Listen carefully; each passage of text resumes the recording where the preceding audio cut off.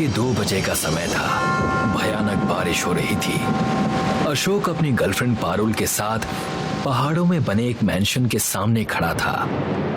इस मैंशन को देखकर तो ऐसा लग रहा है जैसे कि वर्षों से वीरान हो। ऐसी बात नहीं है पारुल। कुछ वर्ष पहले यहाँ पर एक फैमिली रहा करती थी जो कि अब लंदन में शिफ्ट हो चुकी है। तो क्या तुम इसी मैंशन को खरीदने की बात कर रहे थे और तुम इसीलिए इतनी रात को मुझे इसे दिखाने के लिए यहाँ तक लाए हो? पारुल की बात सुनकर अशोक हंसता हुआ बोला, अगर हमारी कार का टायर पंचर नहीं होता तो अब तक हम इस मैंशन को देखकर वापस भी लौट चुके होते।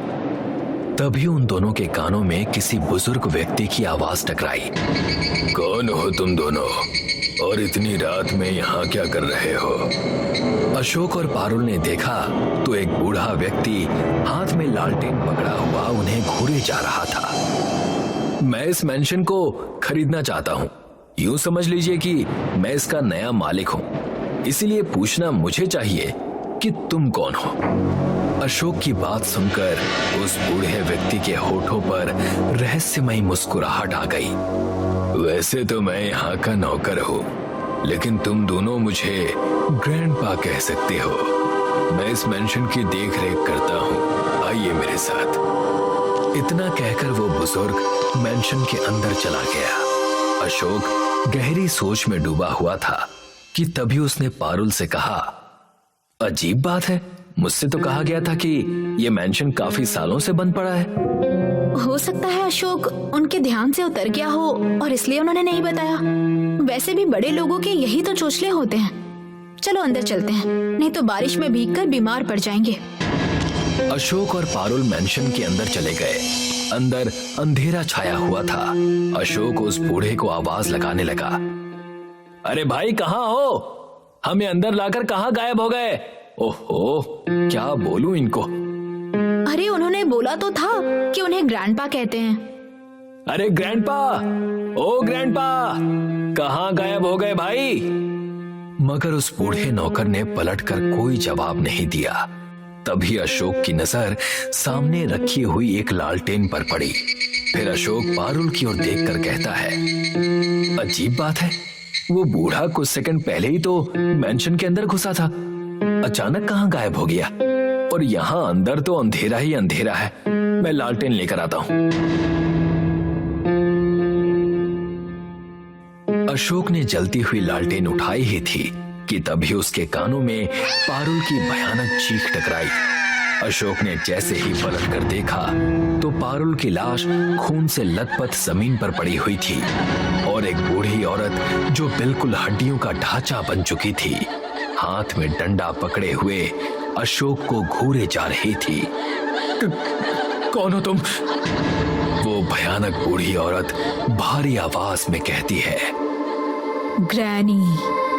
कुछ ही देर में अशोक की चीखें उस मेंशन में टकराकर शांत हो गई। इस घटना के कुछ महीनों बाद हल्की हल्की बारिश के बीच सुंदर पहाड़ी पर बनी हुई सड़क पर एक लग्जरी कार दौड़ती जा रही थी। कार आर्यन ड्राइव कर रहा था। उसके बगल में उसकी पत्नी अनीता बैठी हुई थी। मैंने सुना तो था कि दार्जिलिंग बहुत ही सुंदर है, लेकिन देखकर अंदाजा हुआ कि दार्जिलिंग वाकई सुंदर है।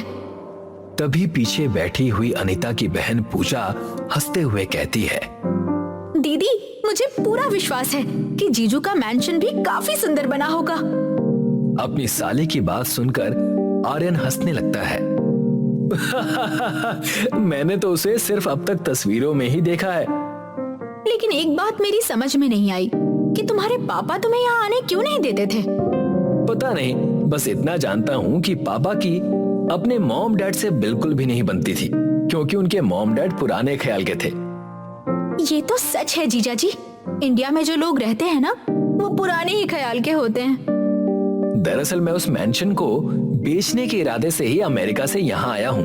कुछ दिनों पहले मेरा दोस्त अशोक अपनी गर्लफ्रेंड पारुल के साथ मैंशन देखने जाने वाला था, पर पता नहीं क्या हुआ, उसका और पारुल का फोन भी तब से बंद ही आ रहा है।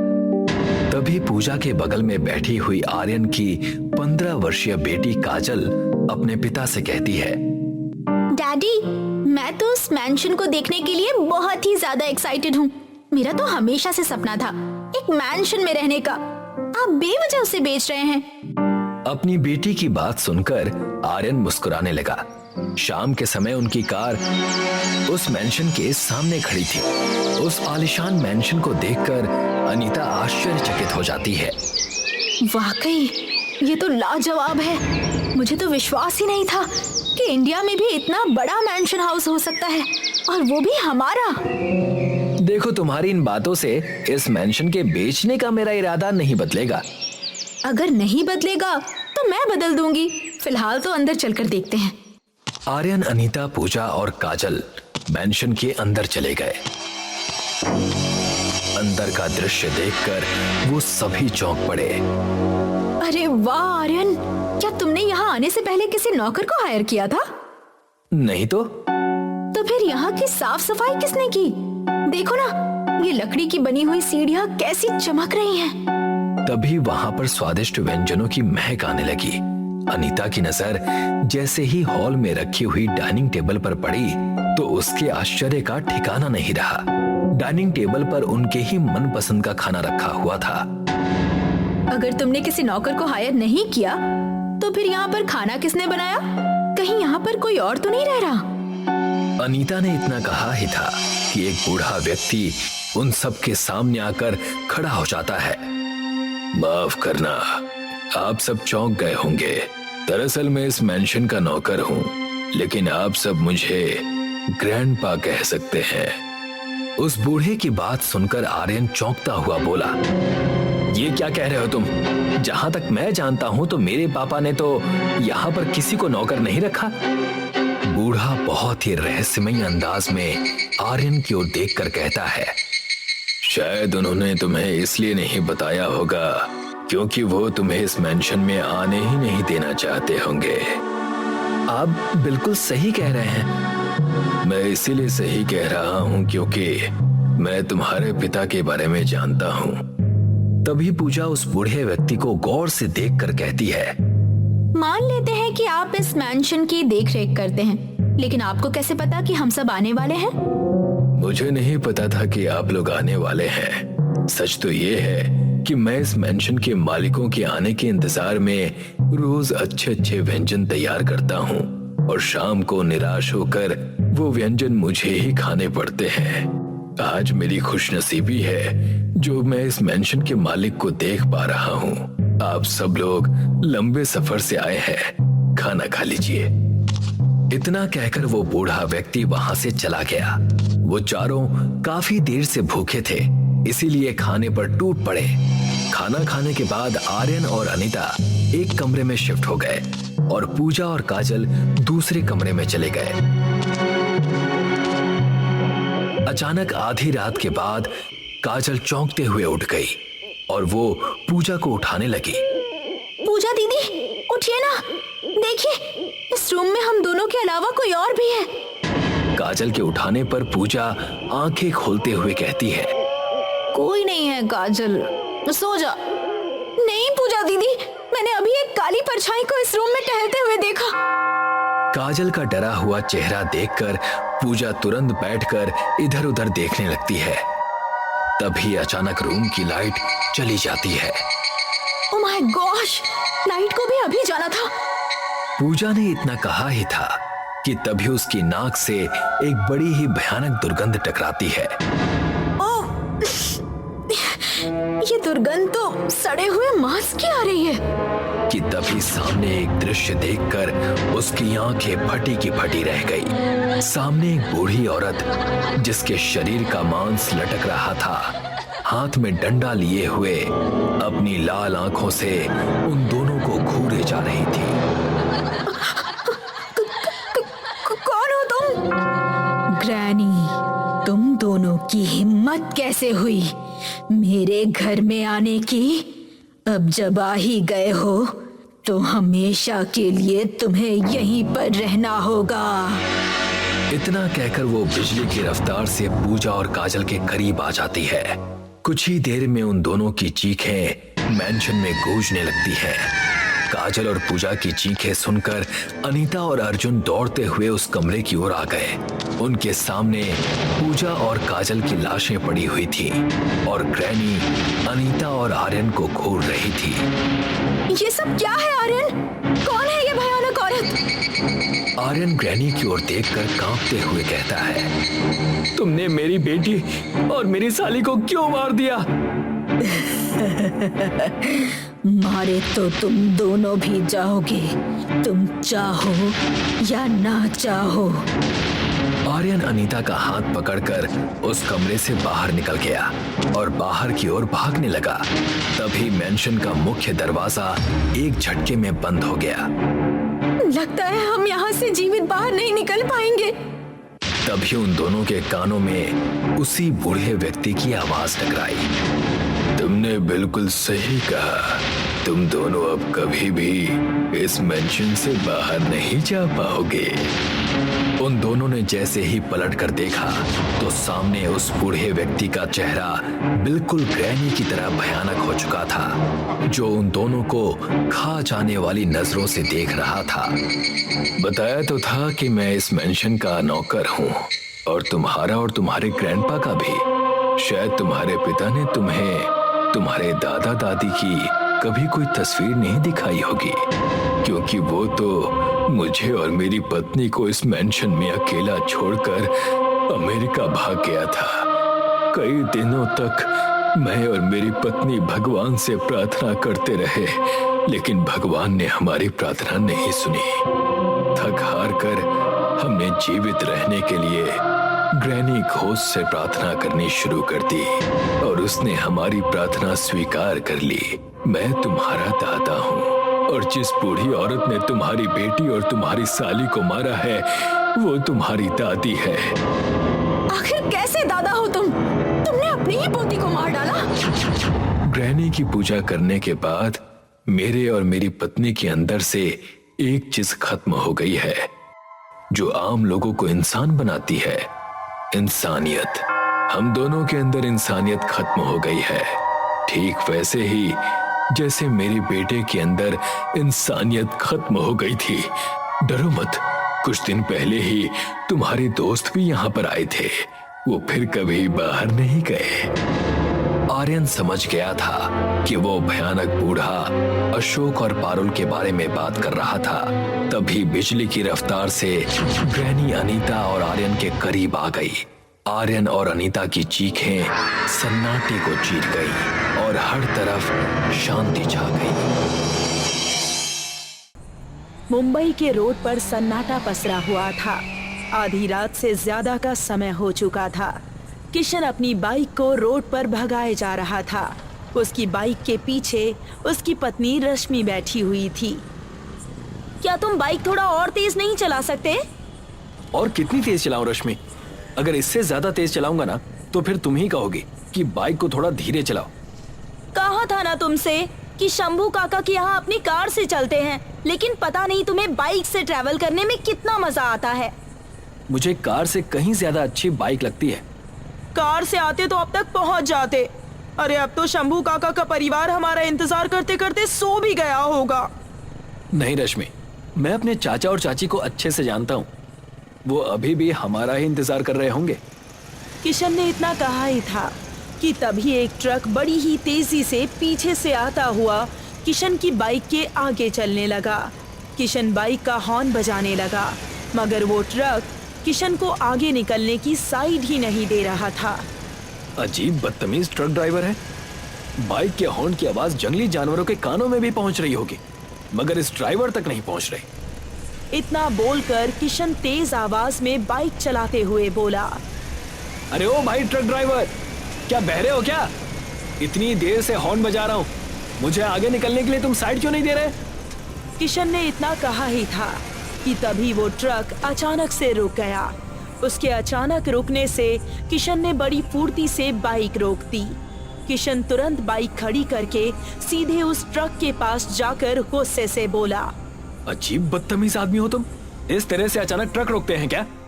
अगर मैं सही समय पर ब्रेक नहीं दबाता तो मेरा सर सीधे तुम्हारे ट्रक से टकरा जाता और मेरी पत्नी को भी चोट लग सकती थी। अब तुम ट्रक से बाहर आते हो या फिर मैं ट्रक के अंदर आकर तुम्हारी खबर लूं? तभी एक ट्रक से कूदकर अचानक किशन के सामने आकर खड़ा हो गया और अजीब से अंदाज में किशन को देखने लगा। उसकी आंखों को देखकर किशन और उसकी पत्नी रश्मि के डर से रोंगटे खड़े होने लगे। क्या हुआ? तुम्हारे मुंह में क्या बर्फ जम गई? अब कौन हो तुम? पता नहीं तुम्हें देखकर मुझे ऐसा क्यों लग रहा है कि जैसे मैंने तुम्हें कहीं पर देखा है। मुझे गौर से देखो, तुम्हें याद आ जाएगा। किशन उस व्यक्ति को गौर से देखने लगा और वो कांपती हुई आवाज में बोला, ट्रांसपोर्टर? ये नामुमकिन है। किशन ने इतना कहा ही था कि तभी उस ट्रक ड्राइवर का चेहरा बिल्कुल नीला पड़ गया और उसकी आंखें बिल्कुल सफेद हो गई। अचानक ट्रक अपने आप स्टार्ट हो गया और देखते ही देखते रश्मि और किशन को कुचलते हुए वहां से अचानक गायब हो गया। वो व्यक्ति उन दोनों की लाशें देखकर काला धुआं बनकर वहां से उड़ गया।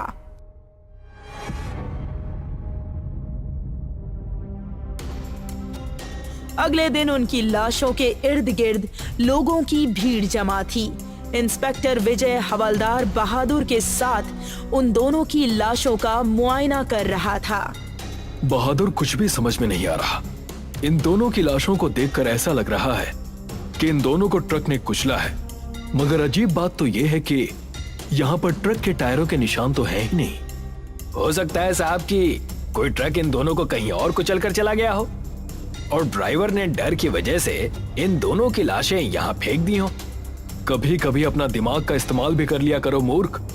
तुम्हें पीछे खड़ी हुई बाइक नहीं दिख रही? तुम्हें बाइक के टायरों के निशान नहीं दिख रहे हैं क्या? यहाँ खड़ी बाइक साफ साफ बता रही है कि ये दोनों बाइक से यहाँ पर आए थे और जहां पर ये मृत अवस्था में पड़े हुए हैं वहां तक ये चल कर आए थे। वो सब तो ठीक है साहब, लेकिन ये कैसे पता चलेगा कि ये दोनों हैं कौन? हमें इनके पास से ना तो इनका आईडी कार्ड मिला है और ना ही कोई मोबाइल मिला। तब तो इनकी बाइक का नंबर ही हमें बता सकती है कि आखिर ये दोनों कहाँ रहते थे। तभी भीड़ में से एक व्यक्ति इंस्पेक्टर विजय से बोला, मैं इस व्यक्ति को जानता हूँ साहब, ये तो शंभू काका का भतीजा किशन है। शंभू काका? ये कौन है? यहाँ नजदीक में ही रहते हैं। वो एक ट्रांसपोर्टर हैं, ट्रांसपोर्ट चलाते हैं। जानकारी देने के लिए धन्यवाद। इतना बोलकर इंस्पेक्टर विजय हवलदार की ओर देखकर बोला, इन दोनों की लाशों को पोस्टमार्टम के लिए भेज दो और चलो मेरे साथ। कहां पर साहब? शंभू काका शंभू ट्रांसपोर्टर के पास। उसे बताना होगा कि उसका भतीजा इस दुनिया में नहीं रहा। इंस्पेक्टर विजय और हवलदार बहादुर शंभू ट्रांसपोर्ट में पहुंच गए। इंस्पेक्टर विजय एक अधेड़ उम्र के व्यक्ति से बोला, जो कि वहां पर खड़े दो नवयुवकों से कुछ बातचीत कर रहा था। मुझे इस ट्रांसपोर्ट के मालिक ट्रांसपोर्टर शंभू से मिलना है। कहिए, मेरा ही नाम शंभू है। मुझे बताते हुए अच्छा तो नहीं लग रहा, लेकिन फिर भी आपको बताना तो होगा ही। हमें कुछ देर पहले आपके भतीजे किशन की लाश यहाँ से थोड़ी ही दूर रोड पर मिली है और साथ ही वहां पर एक स्त्री की लाश भी पड़ी हुई थी। मुझे लगता है वो शायद आपके भतीजे की पत्नी होगी। इंस्पेक्टर विजय की बात सुनकर शंभू अंधविश्वास भरी नजरों से इंस्पेक्टर विजय की ओर देखने लगा। तभी एक नवयुवक इंस्पेक्टर की ओर देखकर बोला, आपको जरूर कोई गलतफहमी हुई होगी इंस्पेक्टर साहब। तुम कौन हो? ये मेरा छोटा बेटा अज्जू है। इतना बोलकर शंभू दूसरे नवयुवक की ओर इशारा करते हुए बोला, और ये मेरा बड़ा बेटा दरोगा है। दरोगा? तो क्या ये पुलिस में है? आप भी क्या साहब, आपको ये पुलिस में लगता है? इसकी शक्ल तो देखिए, दूर से ही लफंगा मालूम पड़ता है। अरे नहीं साहब, वो क्या है कि ये थोड़ा दबंग स्वभाव का है। डर की वजह से लोग इसे दरोगा कहते हैं। शंभू की बात सुनकर हवलदार बहादुर इंस्पेक्टर के कान में मुस्कुराते हुए धीरे से बोला, सर ये झूठ बोलता है। इसकी लंबाई देखिए, 4 फुट का तो ये खुद ही है। लोग इसे मजाक में दरोगा कहते होंगे। बकवास बंद करो बहादुर। आप तीनों लाशों की पहचान के लिए थोड़ी देर के लिए ही सही थाने आ जाइएगा। इतना कहकर इंस्पेक्टर विजय वहां से चला गया। पिताजी, आपको क्या लगता है? पता नहीं है अज्जू, मुझे तो अब भी विश्वास नहीं हो रहा। तुम दोनों थोड़ी देर बाद पहचान के लिए थाने चले जाना। तो क्या आप हमारे साथ नहीं आने वाले? नहीं, इस उम्र में मुझ में इतनी हिम्मत नहीं है। इतना कहकर शंभू वहां से चला गया। कुछ देर बाद अज्जू और दरोगा अपनी बाइक से थाने की ओर चले गए, मगर उनकी बाइक जैसे ही उस रोड पर पहुंची, अचानक दिन एक काली रात में परिवर्तित हो गया। ये क्या दरोगा भाई, अचानक रात कैसे हो गई? पता नहीं अज्जू, कुछ तो गड़बड़ है। बाइक पीछे की ओर घुमाओ। तभी एक तेज तूफान तेज हवा के साथ एक वीरान जगह पर उन दोनों को उड़ा कर ले गया। ये हम कहाँ आ गए दरोगा? दरोगा आंखें फाड़ फाड़ कर उस इलाके को गौर से देखने लगा। तभी उसकी नजर एक बंद ट्रांसपोर्ट पर पड़ी। ये तो महावीर की ट्रांसपोर्ट है अज्जू। क्या महावीर की ट्रांसपोर्ट? ऐसा कैसे हो सकता है? तभी उस काली रात में अज्जू और दरोगा के इर्द गिर्द काला धुआं मंडराने लगा और देखते ही देखते वो काला धुआं एक व्यक्ति की रूप में परिवर्तित हो गया। उस व्यक्ति को देखकर अज्जू और दरोगा की आंखें दहशत से फटी की फटी रह गई। ये कैसे हो सकता है? तुम तो मर चुके हो ना? हाँ, तुमने सही कहा, मैं मर चुका हूँ। मुझे मारने वाले कोई और नहीं बल्कि तुम दोनों और तुम्हारे पिता थे। तुम दोनों की जुबान मुझे महावीर चाचा कहते कहते नहीं थकती थी, मगर तुमने कुछ पैसों के लालच में अमावस की रात में मेरी ही ट्रांसपोर्ट पर मुझे मौत के घाट उतार दिया। हमें माफ कर दो, हमें यहाँ से जाने दो महावीर चाचा। इस रात को देखकर तुम्हें कुछ याद आया? ऐसी ही वो रात थी जब तुम तीनों बाप बेटे ने मेरी गोली मारकर हत्या कर दी थी, क्योंकि तुम्हारे पिता को मुझसे बड़ा ट्रांसपोर्टर बनने का जुनून सवार था। आज मेरा ट्रक तुम दोनों की लाशें ट्रांसपोर्ट करके तुम्हारे बाप को भेंट में जरूर देगा। इतना बोलकर महावीर का चेहरा बिल्कुल नीला पड़ गया और उसकी आंखों की पुतलियां बिल्कुल सफेद हो गई। कुछ ही क्षणों में वो सारा इलाका भयानक कुत्तों के रोने की आवाज से गूंज उठा। अचानक अज्जू और दरोगा की आंखें फूट गईं और उन दोनों के शरीर से बुरी तरह से खून बहने लगा, मानो कि उन दोनों के शरीर को किसी ने गोलियों से छलनी कर दिया हो। वो दोनों एक दर्दनाक चीख के साथ मृत होकर जमीन पर गिर पड़े। उनके गिरते ही महावीर फिर से काले धुएं में परिवर्तित होकर वहां से गायब हो गया। शाम को थाने में इंस्पेक्टर विजय और हवलदार केस के बारे में बातचीत कर रहे थे।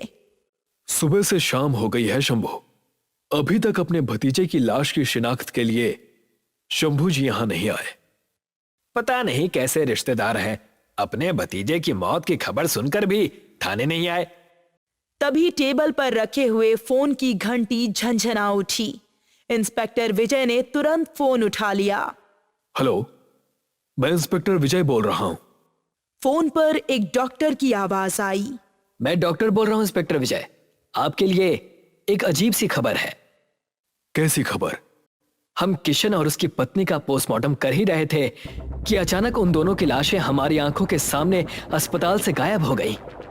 क्या बकवास कर रहे हो डॉक्टर? ऐसा कैसे संभव हो सकता है? यही तो मेरी समझ में नहीं आ रहा कि ऐसा कैसे हो सकता है, ये कैसे मुमकिन है। इसलिए हमने आपको बताना सही समझा। इतना कहकर फोन कट गया। क्या हुआ सर? डॉक्टर बता रहा था कि पोस्टमार्टम करते हुए उन दोनों की लाश एकदम से गायब हो गई। क्या बात कर रहे हैं आप? ऐसा कैसे हो सकता है? कुछ तो गड़बड़ जरूर है हवलदार। लगता है अब मुझे शंभू ट्रांसपोर्टर से अपने तरीके से बात करनी पड़ेगी। चलो मेरे साथ। इंस्पेक्टर विजय हवलदार के साथ सीधे शंभू ट्रांसपोर्ट पर पहुंच गया। इंस्पेक्टर और हवलदार को देखकर शंभू बुरी तरह से चौंकते हुए बोला, क्या हुआ इंस्पेक्टर? अब क्या बुरा समाचार लेकर आए हो? जब हमने तुम्हें लाश की शिनाख्त के लिए बुलाया था तो तुम थाने क्यों नहीं आए? ये कैसी बातें कर रहे हैं आप? मैंने अपने दोनों बेटों को दोपहर में ही थाने भेज दिया था। क्या वो अभी तक थाने नहीं पहुंचे? नहीं, हम सुबह से थाने में इंतजार कर रहे हैं। थाने तो अभी तक कोई नहीं पहुंचा। अलबत्ता एक अजीब सी खबर मेरे कानों में जरूर आई है। कैसी खबर? किशन और उसकी पत्नी की लाशें अचानक डॉक्टरों की आंखों के सामने से गायब हो गई। ये सब क्या माजरा है? इंस्पेक्टर विजय की बात सुनकर शंभू ट्रांसपोर्टर बुरी तरह से चौंक गया। ये कैसी बातें कर रहे हैं आप? ऐसा कैसे हो सकता है? वही तो मैं तुमसे पूछने के लिए आया हूं कि ऐसा कैसे हो सकता है। इंस्पेक्टर विजय ने इतना कहा ही था कि तभी एक तेजी से आता हुआ ट्रक शंभू ट्रांसपोर्ट के ठीक सामने आकर रुक गया।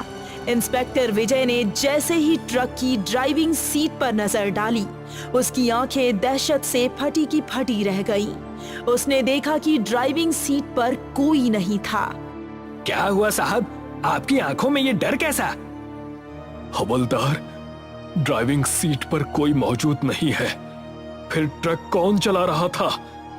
ट्रक को देखकर शंभू बुरी तरह से कांपने लगा। हवलदार, इस ट्रक की तलाशी लो। हवलदार ने जैसे ही ट्रक को पीछे से खोला तो अंदर का दृश्य देखकर वो बुरी तरह से सहम उठा। अंदर 4 लाशें बड़ी बुरी अवस्था में पड़ी हुई थी। उन लाशों को देखकर शंभू फूट फूट कर रोने लगा। अरे ये 2 लाशें तो तुम्हारे दोनों बेटों की है और बाकी 2 लाशें तो उन दोनों की हैं जिनका सुबह एक्सीडेंट हुआ था।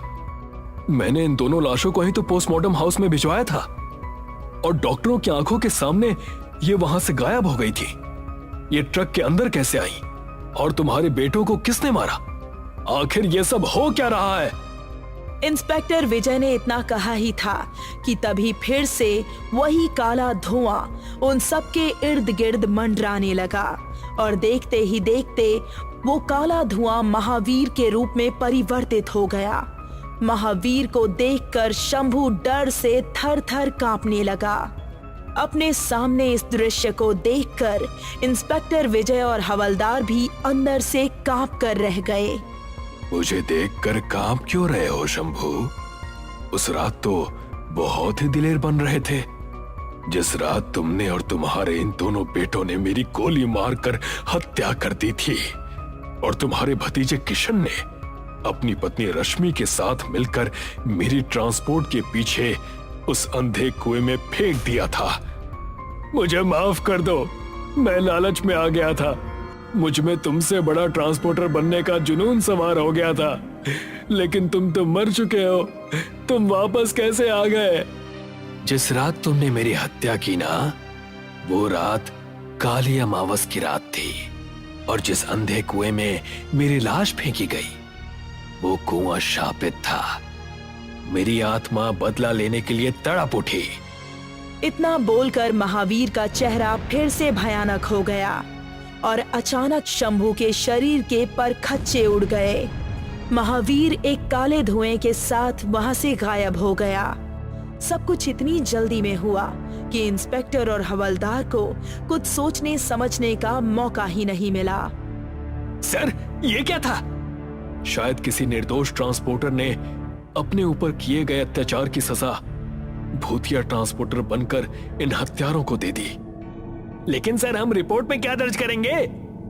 यही कि इन 5 को कोई ट्रक कुचलकर चला गया। और इंस्पेक्टर विजय ने यही किया और फाइल को बंद कर दिया। और आज भी इंस्पेक्टर विजय उस घटना को नहीं भूले।